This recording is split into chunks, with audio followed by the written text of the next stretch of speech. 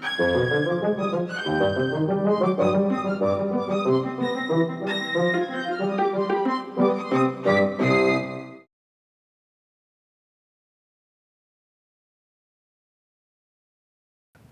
to Hoko Palizzo's The Writing Life. I'm Cóilín Parsons, and my guest today is Irish writer Darragh McKeon. Darragh was born in the Midlands of Ireland and grew up there. His debut novel, All That Solid Melts Into Air, was published in 2014. It was a New York Times Editor's Choice Award, won a New York Times Editor's Choice Award, and it was shortlisted for the Newcomer of the Year at the Irish Book Awards. In France, it won the Lear Prize for Best International Debut. In 2023, he followed it up with his novel, Remembrance Sunday. All That Solid Melts Into Air is an extraordinary end-of-empire novel about the collapse of the Soviet Union, all focalized through the Chernobyl nuclear disaster. While Remembrance Sunday circles carefully and patiently around the traumatic memories of one of the worst days of the Troubles in Northern Ireland, the Enniskillen bombing of 1987. What they have in common is not just beautiful, crisp prose and sharp observations, but a commitment both on Dara's part and also on the part of his characters to imagine with empathy and with care the lives of others and how we all live our ordinary lives in extraordinary times. Darragh, it's a pleasure to have you with us today. Thanks for being with us. Thanks for having me. So this series is called The Writing Life, and I thought we maybe would start there. And as I was reading your books over the last few weeks, I thought, every writer gets told at the beginning of their career, write what you know. But you didn't know, I take it, Chernobyl. And so that seems like a long and winding road to get from where you grew up in the Midlands of Ireland all the way to the Soviet Union. What did that path look like to getting to be the writer who was comfortable doing that kind of work of imagining a totally different life? Yeah, that's a big question. I suppose the comfort level really maybe came from the fact that I was kind of writing on my own. I wasn't in a writing program. I actually didn't really tell anyone I was writing the book. So I was, it was kind of my little secret for a long time. So I feel like in some ways doing that, it was quite isolating, but also it just takes away kind of external pressures. The reason I think one of the reasons I chose Chernobyl, and there's probably many, was that I'm from a town called Tullamore, which is in the Midlands, and it's not a place where we get a lot of visitors. But when I was around 12, there's a charity in Ireland called the Chernobyl Children's Fund, which is really prominent in Ireland and has brought, I think, maybe 20 to 25,000 children from the region to Ireland for summers for recuperation. So when I was about 12, these kids showed up, from this foreign country, and this is like early 90s, late 80s. So we really had very little exposure to the world. It was pre-internet, two TV channels, so they were incredibly exotic to us. And I suppose that curiosity was kind of started then. I also, I do hear what you say, where people, the advice is to write about your life, but I was a big fan of Ondaatje, and he's someone who says, actually, write what you don't know, because your personal experiences are going to come out in your writing anyway, your sensibilities are going to come out in your writing anyway. So if you're imagining quite far away from yourself, actually in lots of ways that's a richer blend as well. So there was a little bit of conscious kind of decision making in that as well. I was also a theatre director in my 20s, and I was getting a little frustrated from making small little plays with two people in them about kind of tiny little domestic situations, and I think I wanted to kind of broaden my horizons a bit, and so that was a subject matter that was huge, but kind of comfortable in that I could experiment away on my own and see if it was possible. It took 10 years. It did, I think. So the scale of the novel demanded all of that time. What did you do in those 10 years? Like, what was? That's not asking you. Did you do nothing? What was the research and preparation and all of that like for the novel? I was 25 when I started it, so I had all of the arrogance of youth, and I was like, this is going to take 2.5 years. But I feel like that book was 3 different books. Like I remember I wrote a draft. It took me about 3 years to write a draft, and I actually just threw it away. Like I kept almost nothing, and that happened again. And by the time I kind of came around to the third time, I had some kind of writing muscle. So I suppose I learned how to write in the doing of it. So that's part of the reason that it took so long. I didn't know how to research, so my first year to Bless me. So part of it was, I had a directing career. Like I was doing theatre director in Dublin, and I was aware, I was put on a mentorship program with a company called Rough Magic, who were kind of one of the main independent theatre companies there. So that kind of gave me a license to be like, okay, this is what you do. So, I could kind of push away the questions of when you're going to get a job. I was like, no, I'm in this program. But I was also conscious that there's a window in terms of, space and time to figure out what you want to do, and it's not huge. So when I wasn't directing, I started to write. I was like, I need to use my spare time really well. So that muscle built up over time. And I think actually the directing is such a high stakes. Theatre is so high stakes. Like terrifying. It's terrifying, and it's real casino stuff. Like you just, you put your chips down, and it's either going to work or it's not. So pulling off a few theatre shows, I think, gave me confidence to go, okay, you can be in the weeds here, and this can look really messy, but actually, if you have enough trust that it's going to come through, it'll probably happen. And it does come through. And maybe you could give us a sense of what that novel is like by reading a little bit of All That Solid Melts into Air for us. Yeah, so I'll just read the opening page, actually, just because our time is a little bit limited. So the novel, it centers around a group of characters who live in the Soviet Union. So it's a book about Chernobyl, but it's actually also about the breakdown of the Soviet Union and the end of a political system. I studied sociology in college, so that was kind of something that was really intriguing to me. So this little section is about Maria, and it's the prologue to the novel, but it's actually kind of the end coda as well. And she's a former dissident journalist, and she moves to Paris at the end of the novel, having kind of gone through all of the changes in the Soviet Union. He comes to her daily, slipping into her mind between breaths. She draws him in as she draws in air, pedaling along the Quai de Valmy as she draws in her new surroundings, the glow of a Paris summer, the jigsaw of shadows thrown across her forearms when she sweeps beneath a canopy of poplars. She can never say what it is that triggers a recollection. They come into being in such stealthy ways. Perhaps there was something of Grigory and the man with the cigarette at the lock just past, a familiarity in the way the stranger brought a flaring match to his face. But then the breath of their marriage contains a corresponding moment for any of the thousands of minute actions that surround her. His image is lost to her now, belonging solely to the photographs he inhabits. She can no longer see him in resemblance, but only in the motions of others, so that when she chains her bicycle to the railings by the canal and steps towards the cafe terrace, he is echoed in the man who looks towards her, not through the dark Gallic features, but in the nod of the head, the opening of the long deft fingers, the downturn of the eyes. These are the small consolations that death offers, her husband still turning the key to an undiscovered chamber of her heart. It keeps getting better after that.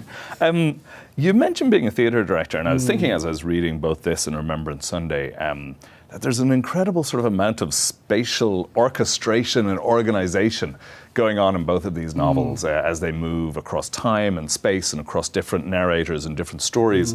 How do you think being a theatre director helped you imagine, or did it? Did it get in the way of being a novelist? No, it was everything, actually. I think it was amazing training. First of all, as an editor, so I feel like the director in a rehearsal room is the audience representative, so you're the editor of the work, essentially. So, I had a very simple technique of if I was in the rehearsal room and actors were doing their things and my concentration started to go, I was like, okay, we have to stop and we start again. And just that very simple thing of understanding what's boring or what's, what causes the mind to drift.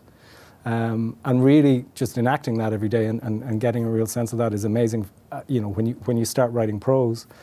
Because again, I'm the writer, but I'm also the audience's representative. Like I'm taking them down to a journey. So I think that was incredibly good training as an editor.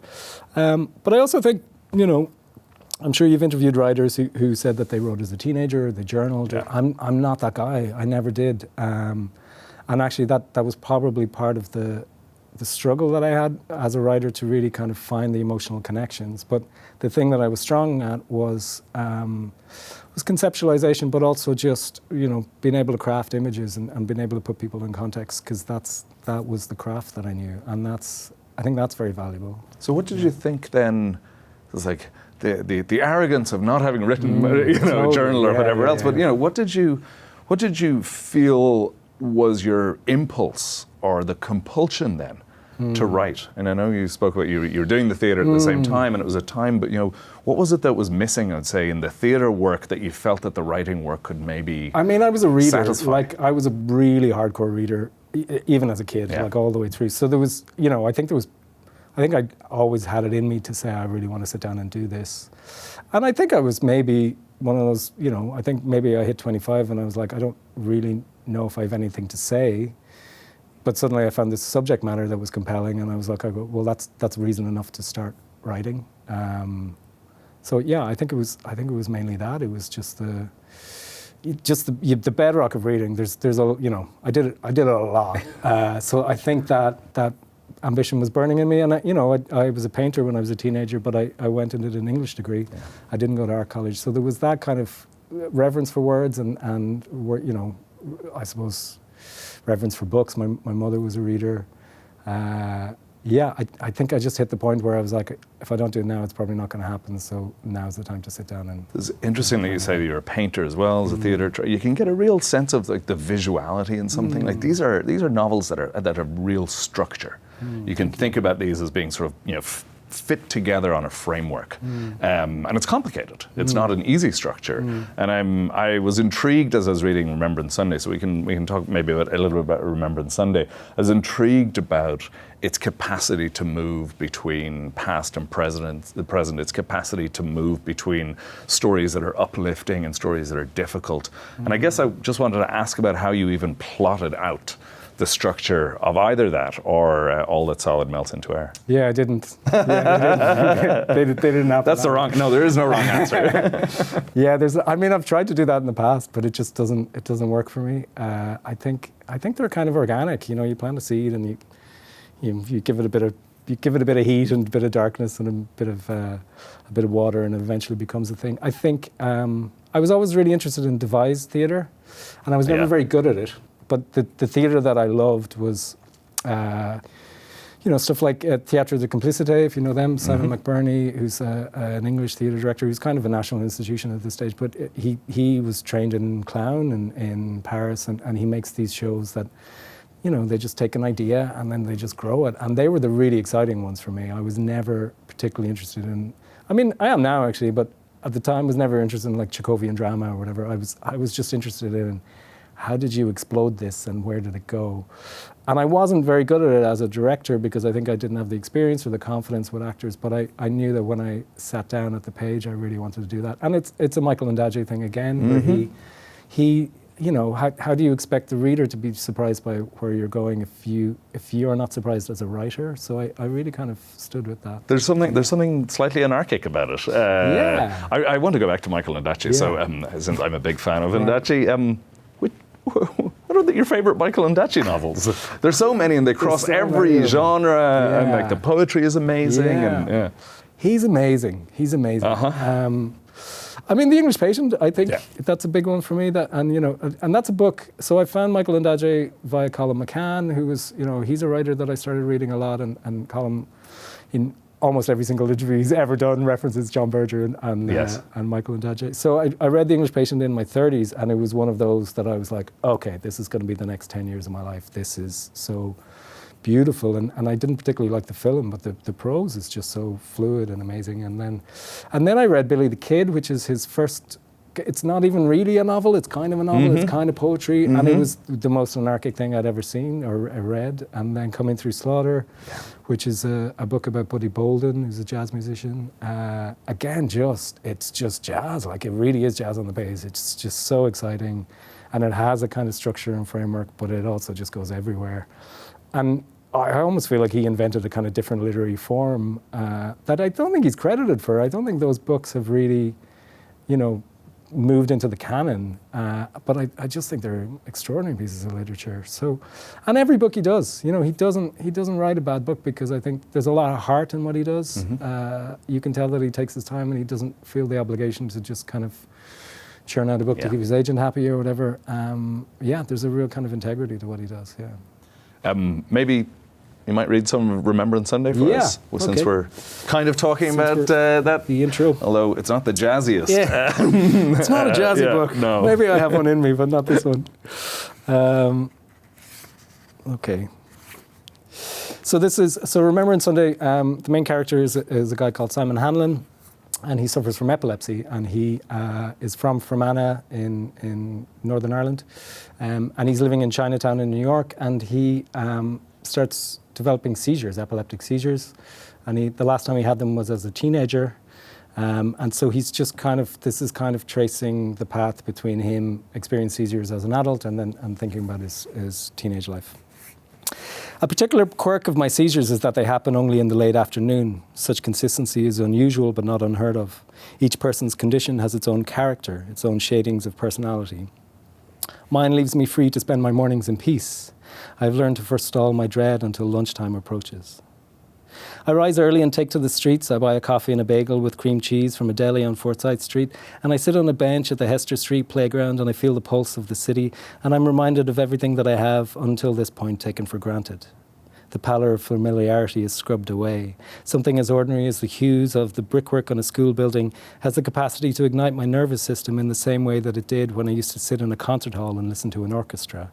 The phrase, "a symphony of colour," is no longer a cliché for me. I'm told that this is a side effect of my condition, an aberration in my mental functioning. I still can't reconcile myself to this assessment. No one emerging from a concert hall is told that what they have experienced is merely a combination of instrument and notation. I wonder if colour is always this resonant, and that I've just been too insulated to ever realise it. I sit on a park bench and I drink my coffee and I eat my bagel and I look at the group of elderly people work through the incremental motions of their Tai Chi routine. It's become the focal point of my day. Their movements are so simple and yet enacted with such reverence. Many of them have hands that are obviously arthritic. Their fingers stick out at odd angles. And they have difficulty keeping their limbs steady. There's a perceptible shake in their arms as they trace their circles in the air. Still, their concentration doesn't wear on their faces. They are, there's no other word for it, filled with grace. Even when stationary, they give the impression of movement. And there's joy there too. There's nothing pious about these people. After the Tai Chi, they use the public city bikes as exercise machines. While the bikes are clamped in the docking station, they climb aboard and work the pedals, waving to people on the street, chattering amongst themselves, ringing the bells on their handlebars. I think about death, of course, sitting on that park bench, sipping my coffee. I think about it now ever more since the WADA test. Its presence looms near now. Of course, I'm afraid, but these past few months have shown me the possibility of something beyond. I'm not talking about heaven, some palace with white clouds with choirs of angels waiting for my arrival. I'm talking about how we view the world, our need for, our obsession with, order and categorization, how smug and petty we are in our assumed knowledge, our intellectual justifications, our claims of expertise. Great. Speaking of claims of expertise, I'm glad that you finished there, because I was going to ask you, I mean, both of the novels are extremely wide-ranging. So if you think about, your description of surgical work, or the kid in All That Solid who plays the piano, everything is described with such precision and such obvious care for the work of others, I think, in many ways. And I guess I was interested in how you thought about that job of describing the mundane or the everyday passages of people doing their thing with care and with brilliance. Well, it's a nice part of, I think the nice part of being a writer is it does teach you perception. Yeah. So again, I said I was a painter as a kid, and I still occasionally if I'm in a city, I'll go to like a life drawing class. So there's a model and you have to draw it. And I love it because I walk out and my perception is so refined when you come out of that I really pay attention to, people who draw really pay attention to light and really pay attention to the quality of line. And I suppose it's my way of inhabiting the world in a much richer way. Like I feel richer out of it. So I think that's, we like to talk about the grind of writing and, all of that. And I can definitely do that with the best of them. But, why do I write? I think it's that. It gives me the capacity to really pay attention to things. Yeah. You kind of see a luminous world around you in some way through your prose. Yeah. It can also be pretty dark as well, that the luminosity can be dark too. But I want to go back to Simon, who is the narrator and sort of the main character of Remembrance Sunday. And of course, Remembrance Sunday is the Sunday on which the bombing happened in Enniskillen. It is sort of a war memorial Sunday. But the book itself is about remembrance and the character of memory. And Simon muses at one point earlier on that our sense is that memories are always pale reenactments, but that he thinks that's not what they are, because in fact our experience in the moment is always incomplete, and that they are brought to fruition by reflection, by later reflection. There's a touch of the sort of Wordsworth there about it, but it's not with the same kind of gentlemanly refinement that Wordsworth has. And I guess I just wanted to give you an opportunity to talk about that character of remembrance, because of course you published this, nearly 30 years after the bombing. It is, as with Chernobyl, as with All That's Solid, it's essentially a historical novel in some way. And I guess I wanted to give you time to think about that character of turning to these moments and rethinking them now 20, 30, 40 years later. Yeah, I mean, I was quite far into this book. Honestly, I was about a year in before it became to be about the bombing. Yeah. Actually, it was actually about this character who's in Chinatown and was kind of lost. So Enniskillen bombing didn't even enter into it. But I do think there's something about me, so Chernobyl was 1986, Enniskillen was 1987. So I think there's a little bit of me taking all of the kind of sensuality that comes into you as a kid, that sensory experience that's happening, and as an adult, re-looking at that and writing it out on the page. So there's a bit of that happening. But the main reason I think that all of that stuff came in was that I was living in New York, and you've lived in New York, and it's a place with the pace of New York is a particular thing, but also its sense of tempo, its sense of time, like everything is incredibly immediate. And I really struggled with that actually, because I feel Ireland, certainly my experience of growing up in Ireland, history was so densely present and immense and weighty. And so I found it kind of hard to chime with the day-to-day of New York. But I started volunteering in a hospice, and I think part of that was to click in with people who are on a slightly different tempo than the immediate and what's happening next week or next year. And I'd sit with these people, and it was kind of a one-on-one. It was in Bellevue Hospital. And there's various stages when you're in palliative care. People go through various stages as they get nearer death. But people who are getting very close to death, I would find that you could just see them sit inside another world and sit inside something that we would call memory. But actually, they weren't experiencing memory. They were experiencing it as this is happening right now. Yeah. And I would sit there in my chair and think, well, I'm in the concrete reality and they're in some kind of imaginative space. And then I'd walk out into the street in New York, which is, a city which is fueled by mythology, essentially. It's it self-mythologizes. And after a while I was like, why am I prioritizing this as reality and their reality is lesser? And it's not, actually. And really watching them gave me those kind of things that I started thinking about in terms of like that memory it's not a pale reenactment. It's not something that it was so active for them that I was like, actually, maybe you need to go through your entire life for your experiences to expand into something that's very difficult to articulate. In many ways says to me that they're not historical novels, they are memory novels. Yeah. Right? So if we think about it's not the passage of time between 1986, 1987 and the present so much as the continuation of those into the present. We obviously see this in nuclear spoil, for example, and how that remains with us. That's interesting that you volunteered in a hospital, because I thought there was a little bit of a reverence for the medical profession in both of these. So you have Grigory in All That's Solid, and then you describe with immense detail, incredible detail, the work of a brain surgeon in New York in Remembrance Sunday.